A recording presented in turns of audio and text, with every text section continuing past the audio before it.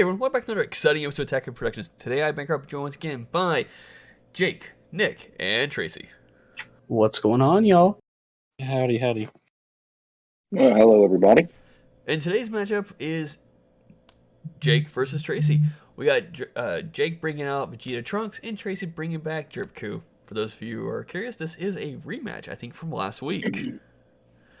Yeah, a little chance for revenge, a little redemption arc maybe here. This is also the second round of our store championships, so everybody was really bringing their all this weekend. Yes. Sword Championships, yeah, I forgot, but yeah. So Sword Championships this weekend. So we had like 15 people show up, I think. So it was like 15 or 17. All we know Yeah, it was a good turnout. So, like always, there's buttons. Feel free to click them. They're there for a reason. But guys, let's get into the match. Yep, this was as soon as they announced the round two pairings, I was like, that's the one matchup I didn't want. Like, He literally said, no. I didn't want to play you today. I was like, I know. Like, dang it. So, but Oddly enough, I kind of felt the same thing. Like, Dripku can be a really difficult matchup for Trunks Vegeta. You really have to go into the tank and think about what you're going to do, because the way that Dripku plays, it kind of opens up a little bit of, like, different play lines that you can take, and you guys saw some of those last week where I was, like, attacking even with one drops, but if you overextend and he drops the Gohan on you, it's over. yeah, and I knew you were going to go ahead and take out some Unison, so I wasn't really too worried, especially at the start. I was kind of planning for that. I had put in another substitute out. I put in the Son Goku Absolute Annihilation, which I was hoping to drop on like turn 3 or 4, but it didn't happen. So we kind of started out the same way we did the first round, or the first time we played. Yeah, it's a very similar start. This counterplay was actually really good here, because once this Trunks gets established, and it'll have barrier, and I can just leave it in active mode, and this way you've given yourself a shot to attack into it and remove it. And here we're just determining like the play order, like which battle card would actually be affected by Trunks, and since the Vegeta's a counterplay, it'll hit the table first. So I guess the Trunks will hit the second target coming in, which is this Gohan here. Yeah. Since that Vegeta doesn't say choose, Trunks comes in rest mode, which it gives me it gives me a little trouble just because of that. If I'm not thinking that card I'm playing that I'm actually going to attack with, that Unison, it gets rested if I'm not paying attention. But yeah, I was happy with the start. I really was.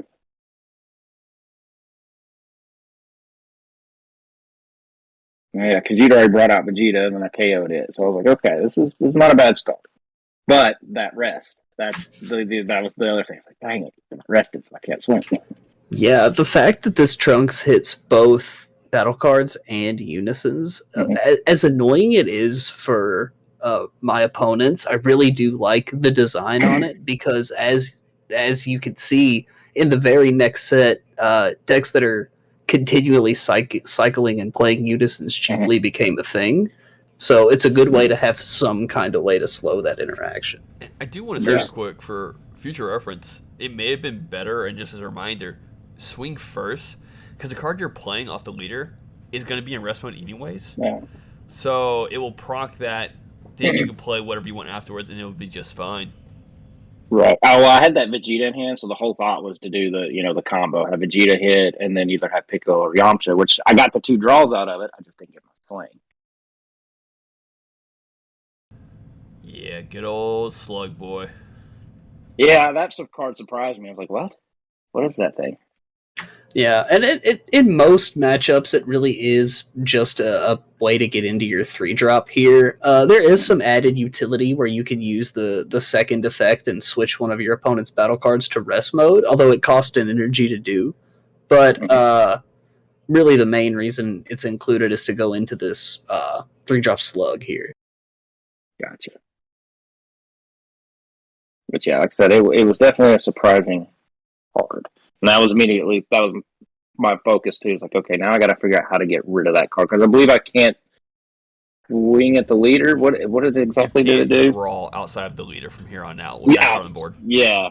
That was. I was like, okay, yeah, that thing's got to go, and I guess that's the main priority. Now, or I'm not going to draw anything. As an outside perspective right now, I see Jake combo off a Piccolo. Yep. So I spent 2 energy on that turn, which kind of like keeps me from playing Piccolo on my turn since there's no way to restand energy in my deck. And really I feel like the Piccolo is most impactful on the first Gohan that gets played. So by spending 2 energy, I've actually locked myself out from interacting with this Gohan. So I decided to just go ahead and combo it off because I don't plan on using it at any other point in the game. Unfortunately, Gohan's effect hits battle cards with barrier, which I did not take into account, and I spent all that energy just to get my slug killed.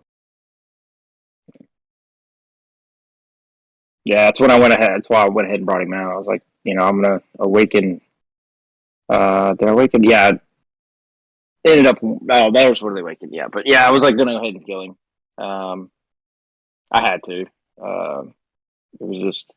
It was a good card, and I wasn't expecting. I was just glad I had that Gohan in hand to be able to do so.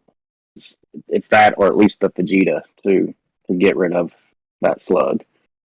Yeah. So even after that, I was feeling pretty good. I was like, okay, I just got through something I wasn't anticipating. Because once I saw you tap down to 1 energy, that's when I knew it's like, oh, I can play Gohan. I don't have to worry about getting Piccoloed again like I did last game. Yeah. Which, for clarifications, last game, we messed up on the wording of Empowered. Even though it skills would get, it still would gain the markers from the Empowered. Yeah. Another reason that I think the Piccolo is really only impactful on the first Gohan that gets played. Yeah, because your board can be, pretty good by that point if you save them.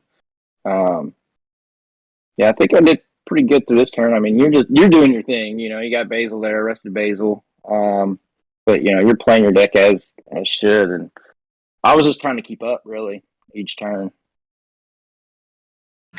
Yeah, I'm a little bit worried about defense here with only 1 energy, and you could potentially go triple attack on that Gohan, but I'm still at 6 life, so I've got a little bit of wiggle room here, and I figured I'll just go ahead and apply pressure this turn and risk it. Yeah. I think I had a Son Goku Annihilation in hand here, I think, which I probably should have played that on this turn or the next turn, but I don't. And I think it's because I felt like my hand was starting to get a little bit light. The more I play the Vegetas to rest, the Pridefuls, the more I start to play those cards start, there's no draw. So if I'm not getting that card back, I'm like, okay, now I'm down a couple cards than what I should be. And I did boost here. And I think this is where I asked to make sure I got my energy when I flipped over too. I think boosting ahead of time is actually smart because you can. Oh, that's a good one too. Yeah, a little bit of pressure there. Yeah, I maybe should have saved it, but I was just trying to knock down some life because you had 6, and I was like, all right, we got to get something going here. And I think that's why I didn't use the Annihilation because I wanted to get a little more damage in. And I don't know if I swing this time with him. Because I know sometimes when I boost down and if I feel like I'm not getting that extra value out of that last swing, or if I don't have a Unison in hand to play when Goku swings, then, why not have a 25k blocker just, ready to go? Yeah. I mean, on top of your already now 20k leader. Right. And if I've got Frieza in hand, 3 energy, that's usually pretty solid to get through, even if I just take 1 life damage. Real quick, I'm peeking at your hand right now. Mm-hmm. You do have that Son Goku in your hand, the SS4 one, that you could pay for 3 energy. Now, granted, you're playing the yellow deck. A Final Flash will stop it, but Jake will have to tap 2 energy just to clear it for that said turn. Yeah. Like, you had from what I saw, a Black Kamehameha in your hand to tap stuff down. You had another Frieza's Reinforcements Army and a super combo. So I felt like you could have been safe playing that card this turn, because you said at the beginning of this video you weren't sure if you actually played it or not. Yeah. And a Frieza, which would be only one energy for. Yeah, I think I would have played that Goku on this turn. Yeah. But you do have a lot of defensive cards to take one energy naturally, so.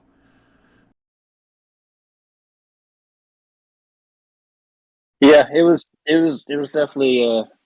I know if I had dropped it, it was going to be a risky play. I just didn't want to leave one energy up and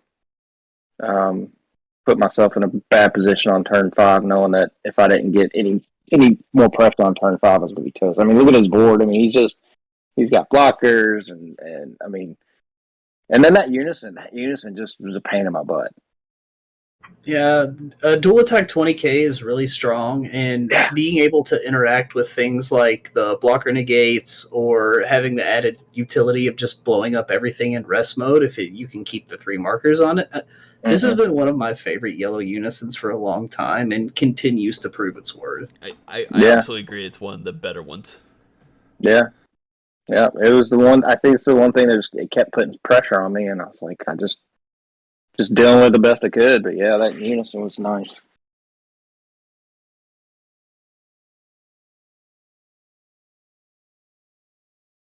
But yeah, I think I don't know if you at 3 life here. Yeah, I'm at 3. And I'm still at 4, and then now I'm at 3. Which that wasn't too bad of a play there, but you had the Vegeta, whatever that auto is, put that in rest mode. I was like, well, that would go into the amount of games Jake has played this deck. Like, knowing there's a chance he could have a negate blocker, he held on to that unison attack to tap down and then be able to swing with it afterwards. Yeah. It's really like a unique way that effect is worded, where it can choose any battle card, but only KOs and negate skills if it's 4 or less. Means that I can even choose these tokens that don't have an energy cost. They just don't get KO'd, which I really don't care about. I'm just trying to get through the blocker for the turn that they're playing. Especially the yellow ones, because they can't be comboed off. Exactly. Yeah, you played really well through my defenses as much as I was trying, and trying to put pressure or to counter. You were just seemed like you're always getting through just enough, and then when you I think on the last turn too, I played Basil. Was it the last turn? One of these turns I played Basil, and then you just stopped your turn, got through, and then back to the next turn, which was a pretty good play.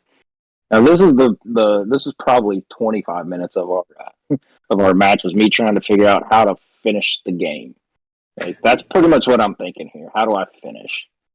Yeah, because at a certain point, I don't know if it's at this juncture or not, but you get a pretty, I think it's after this combo actually, you're at a pretty solid hand advantage, and you have a lot of powerful cards in your list. So it's very possible that you can close out the game even through the pressure that I'm putting forward.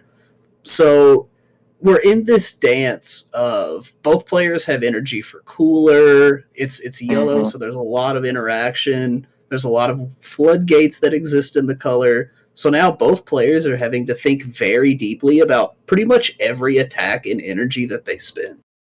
Yeah. So basically, I think this is this where I don't know if I'm trying to figure out what I'm going to do here, because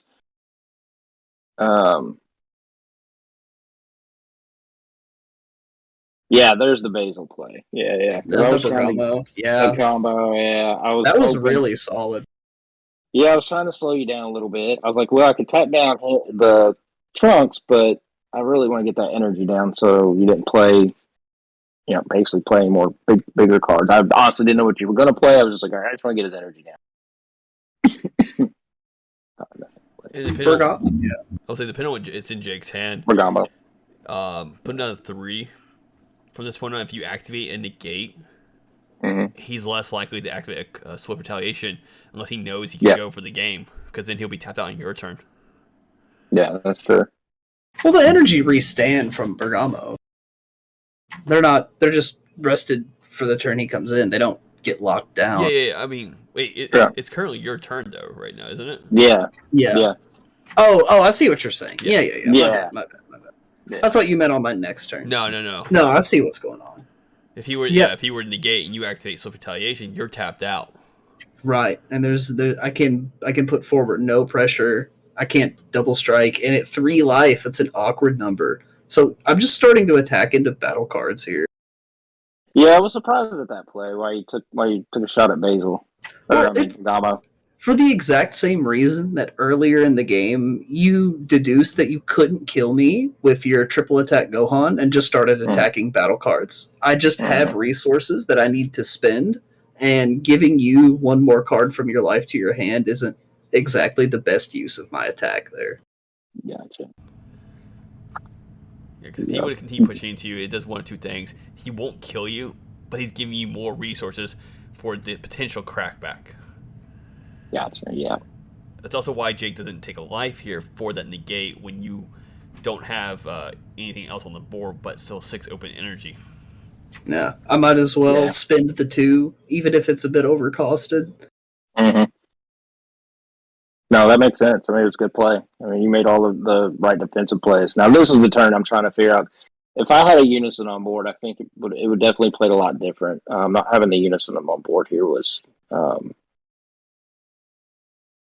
This was a really spicy play. So I just now realized that you tech in, is that Android 18 Unison? No. What? Yeah, that's the 18 Unison. Okay. See, I thought about teching her in for this deck, but ultimately I didn't feel like it needed it. But the ability to peek at top 3 is rearrange the top 3 cards of your deck. Do you like that aspect of it? Yeah, it's made the deck much stronger. Since I put in those 2, I don't hardly miss. I mean, it's rare that I miss on the early swing. And then if it's turn 1 or 2, it's a good way to start setting up. And then it'd let me look at, the top 3. So it starts when I can see if I'm actually going to hit or not when I swing with go-to. But I feel like it's been very beneficial. It builds markers really quickly, too.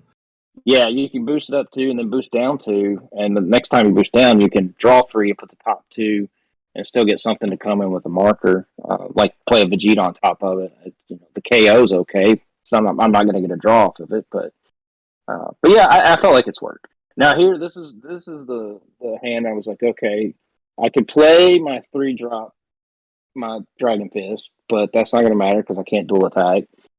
I can't play. I have a Gohan in hand.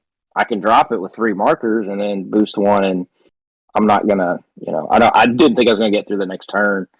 So I had a cooler in hand. So it was just like I was just trying to figure out how in the world do I get through all this. And you'll see the play that pretty much stops it. Well, but yeah, I was thinking hard. Well, looking at it right now, that's what I thought you were about to do. I think I would have swung with the Unison first, just to either bait out and negate, or potentially combo 1 card and get him to use resources from his hand before you went into the Dragon Fist Goku. I was gonna say I don't think I swung because he only had 10,000 power, so he wasn't gonna do. Yeah, but you could still combo, or even just by the idea of swinging. He has no idea what's in your hand. You could add a chomp in your hand. Jake doesn't know that. Yeah, that's true. So he's more likely to negate on a potential death swing, especially depending on how many cards in his hand compared to your hand as well.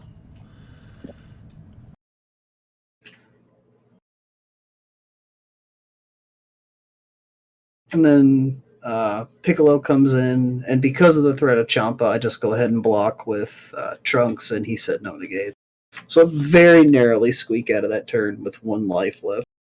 Yeah, it was your block with Frieza's army on the second swing of Goku that stopped everything. And that's only because Goku stated, if I recall, 7 or less. Yeah. And the way tokens are typically affected by if it's up to the energy cost. Right. Yeah. They don't consider 0 as an integer. Well, it's not that tokens have 0 energy cost. They don't have an energy cost. So right. It's kind of a weird ruling there. Yeah. But it worked. Yeah. the play of the game, I think. Yeah, I probably would have made a similar move to try and end the game there because my board was so big that at the very least you KO a couple battle cards and maybe make things easier. But I just wanted to finish the game as safely as possible here, since we were playing everything out and playing the game so safely. So just end the turn by going into the big boy there and, 35,000 triple crit or whatever. Yeah. Yeah, it was a good match. It was a lot of back and forth. Yeah. So with that being said, hope you all enjoyed today's matchup. Keep in mind those buttons down below and on the screen as I pass over to Jake.